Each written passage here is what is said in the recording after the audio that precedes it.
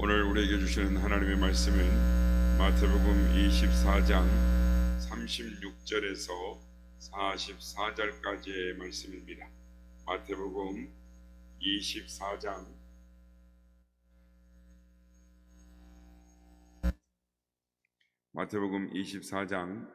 36절에서 44절까지의 말씀을 함께 합독하도록 하겠습니다. 시작. 그러나 그날과 그때는 아무도 모르나니 하늘의 천사들도 아들도 모르고 오직 아버지만 아시느니라. 노아의 때와 같이 인자의 임함도 그러하리라.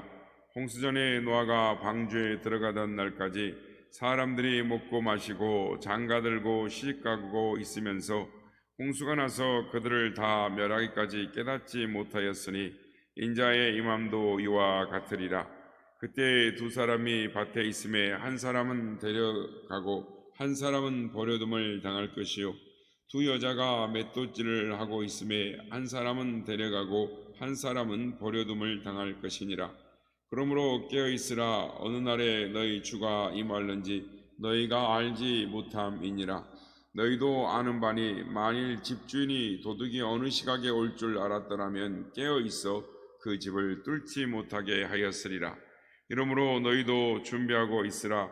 생각하지 않은 때에 인자가 오리라.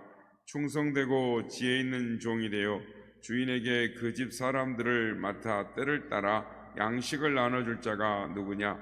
주인이 올 때에 그 종이 이렇게 하는 것을 보면 그 종이 복이 있으리로다. 아멘. 할렐루야. 오늘도 우리 예배 가운데 함께 하신 주님을 찬양합니다. 그리고 또한 새벽을 깨워 기도의 향유로 나오신 모든 성도님들께 하나님의 은혜와 평강이 함께 하시기를 기원드립니다. 탈무드에 보면 인간을 평가하는 기준 세 가지가 있습니다.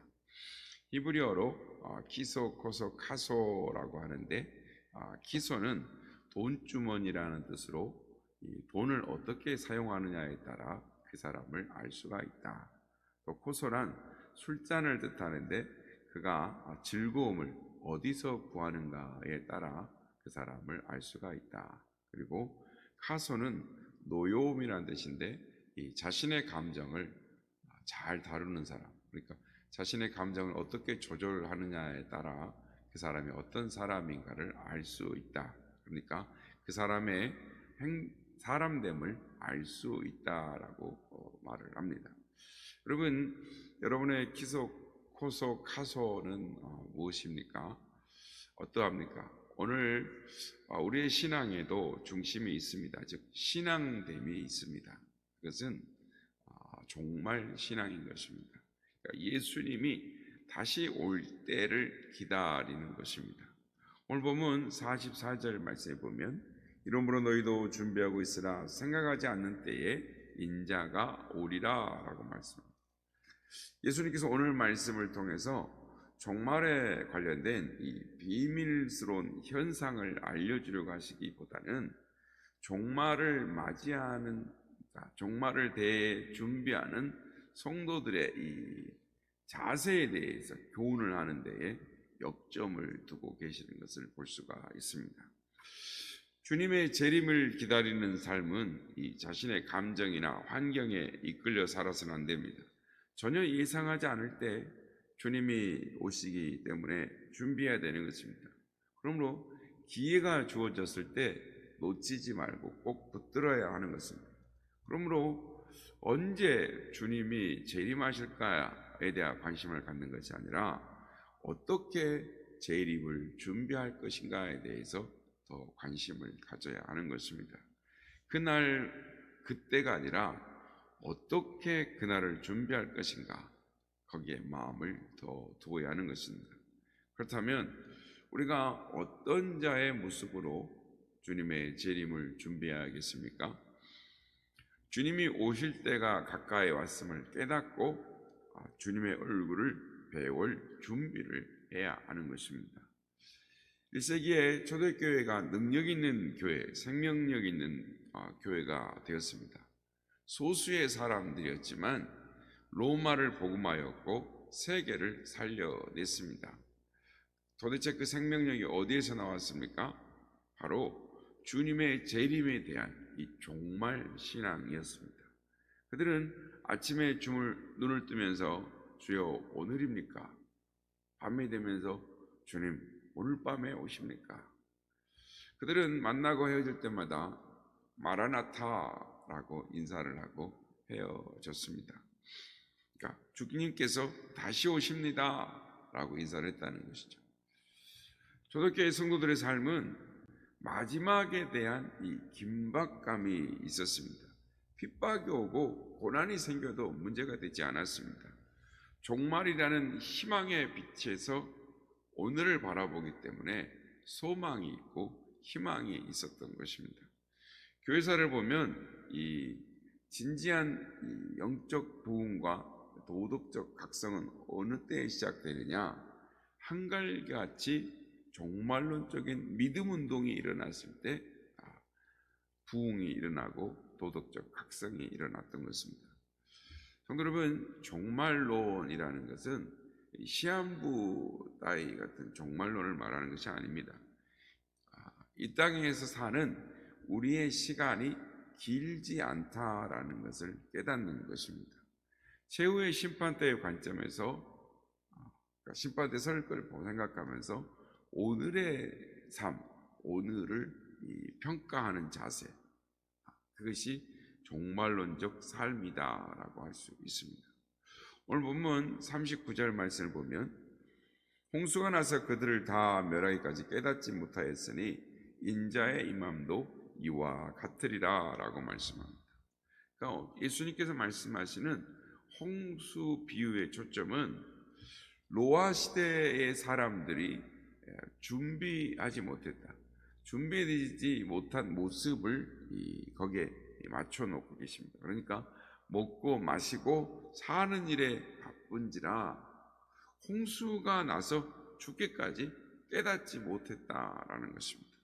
그러나 노아의 가족이 구원을 받은 것은 홍수의 때를 예측했기 때문에가 아니라 하나님의 경고를 깨닫고 준비된 모습으로 살았기 때문이다라는 것입니다.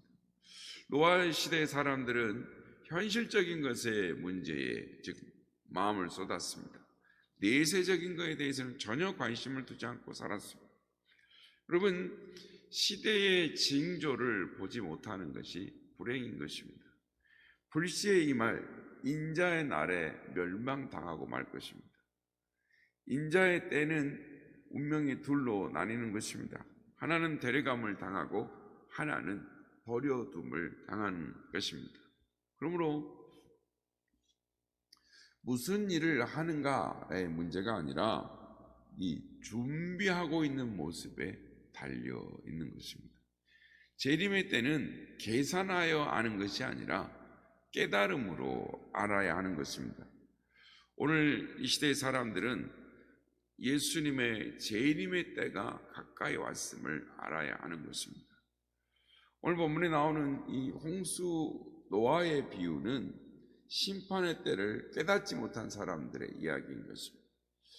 예수님께서는 우리가 어떻게 예수님의 재림의 때를 준비해야 하는지를 가르쳐 주고 계십니다. 즉 결혼식의 신랑을 준비하는 열처녀의 비유를 통해 말씀하십니다.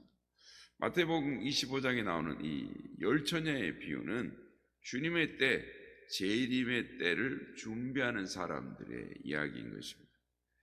열처녀의 비유는 이 어리석은 다섯 처녀들이 종말이 늦어질지도 모른다라는 생각을 하지 않고 그때를 대비한 준비, 즉 여분의 기름을 준비하지 않아서 생각보다 훨씬 늦게 오시는 즉 예수님을 만나게 돼서 낭패를 당하게 된다라는 내용인 것입니다. 그런데 여러분, 이 비유에서 예수님은 우리에게 뭘 여분으로 준비하며 살아라 라고 말씀을 하고 계시는 것일까요? 도대체 여기에서 나타나는 기름은 무엇을 말하는 것일까요? 궁금하지 않으십니까? 일반적으로 이 많은 목사님들이 여기서 등불은 크리스천의 외적인 모습이고 기름은 크리스천의 내적인 삶을 나타낸다라고 말을 합니다. 또는 기름은 마르지 않는 이 성령님과의 교제를 나타낸다라고 말을 하기도 합니다. 아마 이 외에도 더 많은 이 마태복음 25장에 나오는 열 처녀의 비유를 통해서 말씀을 들었을 줄로 압니다. 이 모든 말들이 다 맞는 말씀입니다. 그런데 여기에서 중요한 사실 하나가 강조되고 있습니다. 그것은 예수님의 재림에 대한, 즉 천국에 대한 기대와 기다림의 마음이다라는 것입니다.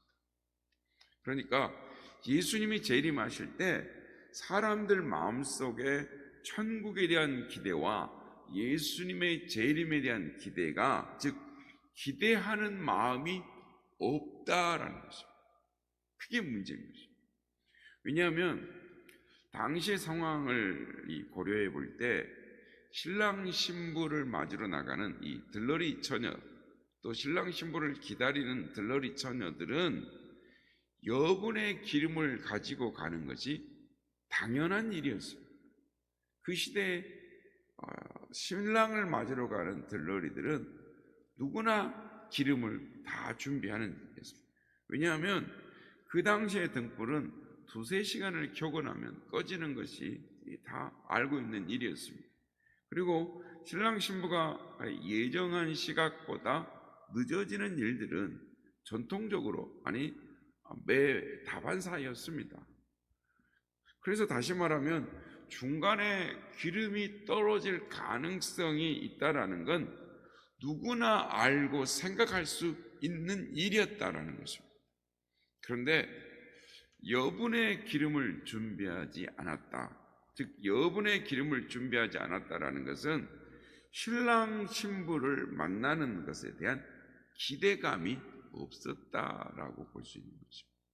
즉 주인공에 대한 존경과 존중의 마음이 없는, 즉 신랑을 만나고 싶다, 신랑을 기다리는 이 신랑에 대한 그 설레는 마음, 즉 의지가 부족했다라고 볼 수밖에 없다라는 것입니다.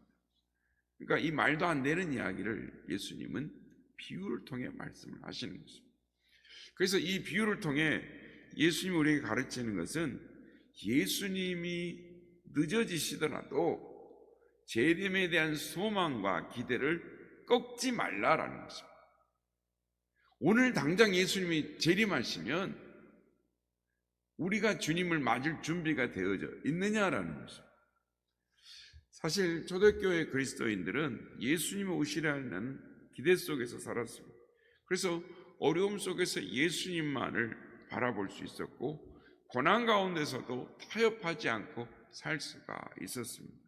그런데 예수님의 재림이 자꾸만 늦어지는 것입니다. 몇 년이 가고 몇십 년이 가고 몇백 년이 가고 그런 다음에 오랜 세월이 지났습니다. 기독교의 박해도 지나갔고 세상의 삶은 재미있고 편합니다.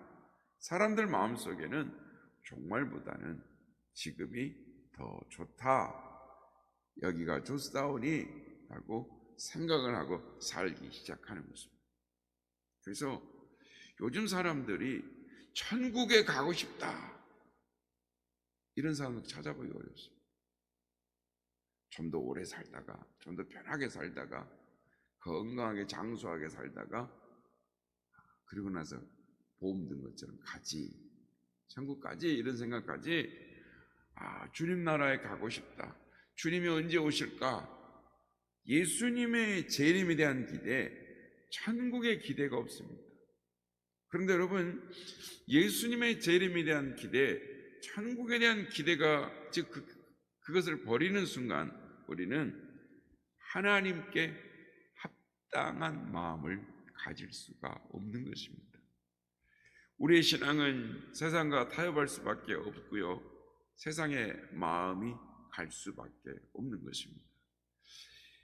예수님을 곧 만난다, 예수님이 곧 오실 것이다 라는 기대감이 없을 때 예배는 내가 하나님을 경배하러 오는 것이 아니라 구경하는 자로 전락하게 되고 마는 것입니다. 또한 예수님이 곧 오신다라는 것에 대한 기대가 없을 때 전도는 힘을 잃고 그냥 하나의 전통적인 숙제의 과제에 불과한 것이 되고 마는 것입니다. 그래서 우리는 예수님에 대한 재림에 대한 기대를 가지고 살아야 하는 것입니다. 그날에 주님이 오시면 모든 불의와 부정이 사라질 것입니다. 또 삐뚤어지고 왜곡되어진 이 피조세계는 완벽한 창조 때의 모습으로 돌아갈 것입니다. 우리가 이해할 수 없는 모든 것들이 밝혀지고 우리는 영광스러운 모습으로 완성된 하나님 나라에 있을 것입니다. 그립던 사람들을 만나게 될 것입니다. 무엇보다도 예수님의 얼굴을 맞대고 뵙게 될 것입니다. 그때 주님을 만날 때 내 안에 덜 마른 상처와 눈물이 마를 것입니다. 아마 너무너무 좋을 것입니다. 그러므로 그 날을 기대하며 사는 우리가 되어야 될 줄로 믿습니다. 바라기는 주님을 만날 때 부끄럽지 않고 자랑스러운 시간이 되도록 오늘 우리에게 주어진 시간 속에서 최선을 다하며 살아가는 우리 모두가 다 되시기를 예수님의 이름으로 축복합니다.